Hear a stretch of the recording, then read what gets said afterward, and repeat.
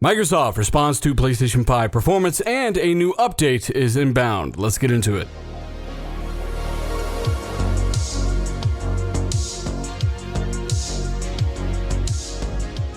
What is going on, guys? Dealer back again with yet another video. A quick one, I wanted more time to work on this, but I couldn't summon the time. And if you're like me, you're like, where the hell's the time going? So Microsoft have actually officially not only acknowledged the performance lead PlayStation 5 has in a very small handful of games according to Digital Foundry, but they've actually issued a statement to The Verge. And this news is probably from last week, but somehow, of all people, I should be covering this as soon as possible. But as you guys know, last week I wasn't able to. So I want to get to it. I want to at least cover it. We'll follow that up with an update from Microsoft on the OS of the system, how they're bringing another update soon, rolling this out to help solve issues that are happening with their new systems. And who knows what else I might throw into the video. So again, if you end up liking the video, maybe show a buddy or two, hit the like button, subscribe, and let's get into it. Hey, first and foremost, The Verge are talking to developers working on Xbox Series X and S, and they confirm what I've been saying for, well, the longest regarding the tools of the system, the APIs, and how long the dev kits have actually been in the hands of developers. Not only that, but Microsoft also have a statement regarding performance differences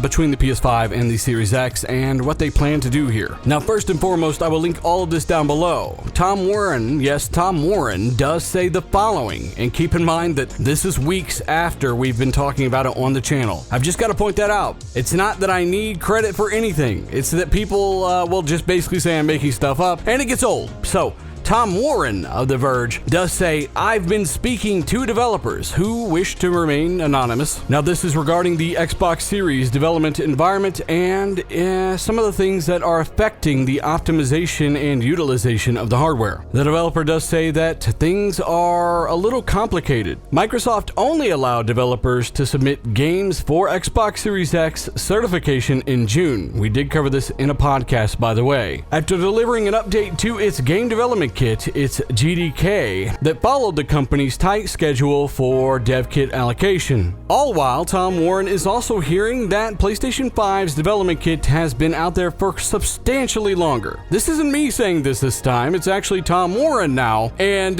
you know what? If you don't believe me by this point, that's fine. I don't know what to tell you. Nobody's telling you to wait. Nobody's ever said, hey, there's an excuse for this, Microsoft. Hang in there. No one's ever said that, right? I've always ever said that, hey, this really sucks. I did not plan on this. I did not count on this, and I don't expect anyone to wait, but you're going to have to wait. That's the bottom line. If you're an Xbox guy and you want the most out of the box, there's a lot of capability that will unlock over time. That's all. None of us are happy about this. None of us really expected this, but it does explain a lot, and that's why I brought this to the table weeks ago. Since then, the tools, quote unquote, has been, some kind of meme to some of these guys out there that want one platform to fail over another. While math will always work how it does, it's clearly an optimization and some kind of utilization issue with the box. Again, Microsoft do have some kind of response for that later in this video. Tom Warren does say the PS5 dev kits are far in advance of the Xbox versions, meaning they are further along in their maturity. He does also say here in the same paragraph that allocation's been an issue, meaning getting development kits to developers has been an issue. They waited for the full RDNA 2 architecture, meaning they had to wait a little bit longer than Sony. He does continue by saying it always takes time for the developers to get used to the new hardware and tools. One developer tells Tom Warren that Microsoft's switch to the GDK has been troublesome. Now, this is in regards to basic things like user profile switching or even gamespad linking. Again, if they're having issues with some of these basic things, I do not put it past that there are definitely some missing features for some developers. While some may not need those features, others might. And I do not put it past that this may have some kind of driver issue that could be robbing performance as well, which is actually something that I've heard. Tom Warren also doubles down and said he's consistently hearing that Sony's tools are superior right now, meaning the environment in which developers are able to get games up and running. And remember, the easier those games are up and running, the less optimization you have to do, the more performance you just get out of the box instantaneously. Microsoft's GDK is still in its infancy. Not only that, but some of the other tools, like the API for ray tracing, has been severely limited right before launch, only to recently really find more developers. Now again, he does say that Sony's PS5 development kit tools are superior at the moment, meaning further ahead, they are further along, even in the basics of providing more clear documentation for developers to follow. While some other developers like David, the technical director of Dirt 5, didn't really have a big issue with the GDK, meaning the tools he specifically needed were there, but he did confirm that it was in its infancy. Again, different developers, different know-how, different tools required, different engines. None of this has anything to do with, by the way, the fact that they are not using velocity architecture or any kind of mesh shaders or anything like that, right? So there's a lot of stuff yet to come for these systems when it comes to capability. And yes, PlayStation 5 will improve over time as well, but there is one box that is obviously more forward-facing. As I've said before,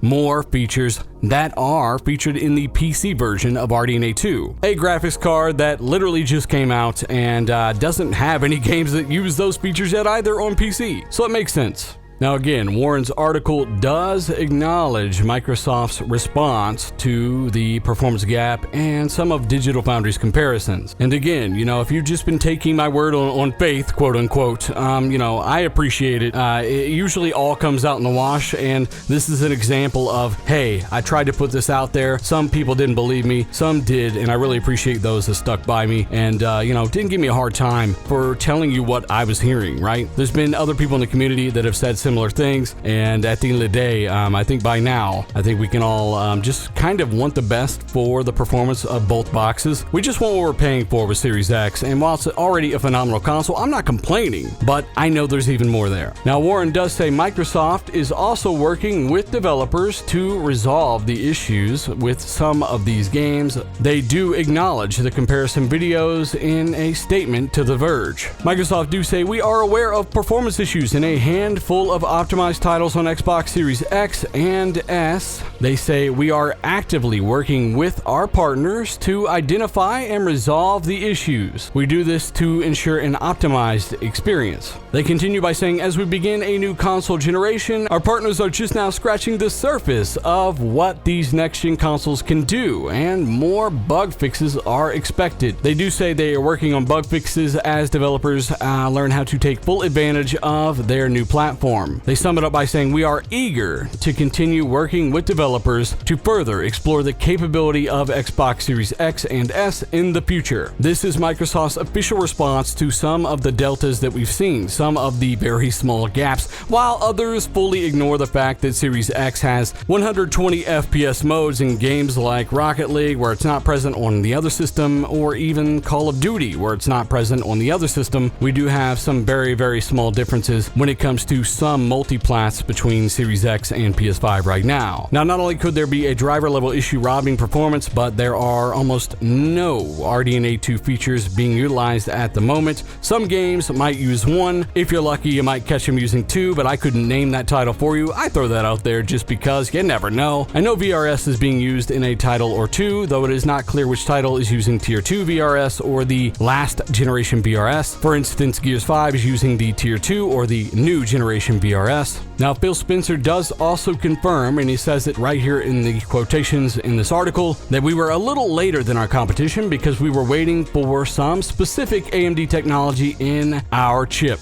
That is right from the head of Xbox. Once again, reconfirming in a way that Sony do not have some of these things, though I expect them to have their own custom versions of some of these technologies. Phil Spencer does say it here. We're a little bit later. Our dev kits haven't been out there as long. We weren't able to get them to a lot of developers because hey, we waited on the full architecture. We are the only ones to do so, confirms Microsoft. Tom Warren does say that he understands that Microsoft are still quite confident that bigger and more obvious performance differences will appear on Xbox Series X over time. He does say this is thanks to full RDNA 2 support and maturing developer tools. So for those of you who want to talk about tools, and don't talk about the tools, again, you can't deny it. RDX Podcast, some of the good people out there, we were the first ones really talking about this, and at the end of the day, when Tom Warren of The Verge is hearing the same thing from developers, yeah, hey, I guess you can question Tom Warren now too. I don't know. Again, I just want the best performance possible, and I know the Delta is there. So again, to those that have stuck through and kind of bear through this with me, do appreciate it. You guys know I'm not going to intentionally lead anybody wrong, and I'd like to think that,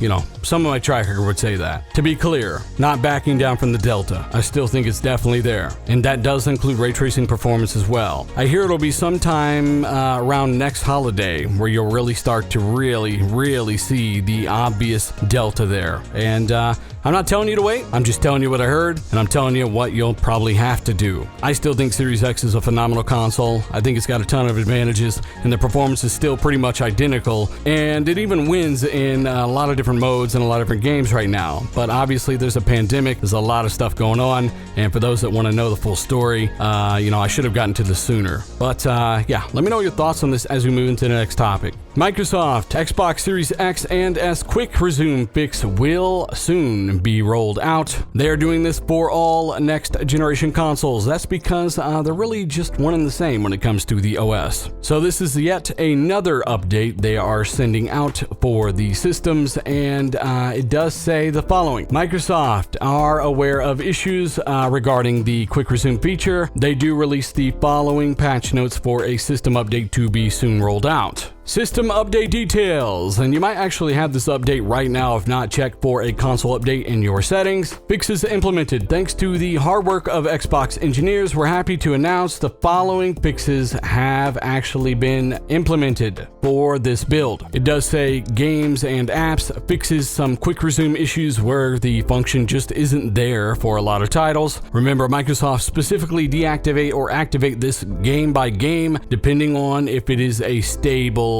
version of quick resume, I guess. They did intentionally deactivate it on Valhalla, for instance, for I'd say about 2 weeks or maybe more, and then they've got it up and running now. Another fix, users should no longer encounter an issue where they're actually not connected to their network, and this is when the console is actually rebooted or restarted from standby. They've got a fix for Twitch as well, where the broadcast would fail to start. They did say they fixed that. They've also got a fix for local languages across the entirety of the system. Apparently there were some bugs there when it comes to certain languages in the OS, and they do once again acknowledge that people in the preview program, of course, you know, your Xbox probably has some kind of chickenpox or SARS or something. You know, when you enter that preview program, you take a risk, and then I remember my disk drive stopped working when I entered the preview program, and I thought it was a hardware problem. No, the software powers the box, and it was part of the preview program. So again, if you're in that preview program, you may have issues that this update just doesn't fix, and you might want to leave. So let me know what you think about all of this stuff down below. The fact that Tom Warren is hearing from more developers about GDK's kind of awkward and late implementation, the fact that developers don't have development kits, the fact that PlayStation development kits is more mature, meaning it's been around longer, it's easier to develop for, it's easier to get up and running, and the fact that Microsoft have a lot of features that just aren't being used on any game at all right now. There's a lot of capability left there, as well as this update to fix quick resume and some other things. Guys, seriously, thanks for rocking out with me. You guys are awesome, and I really enjoy doing this and talking to you guys. Check out RDX Podcast. I'll link that down below. Last show was pretty fun, and of course we got some guests coming up,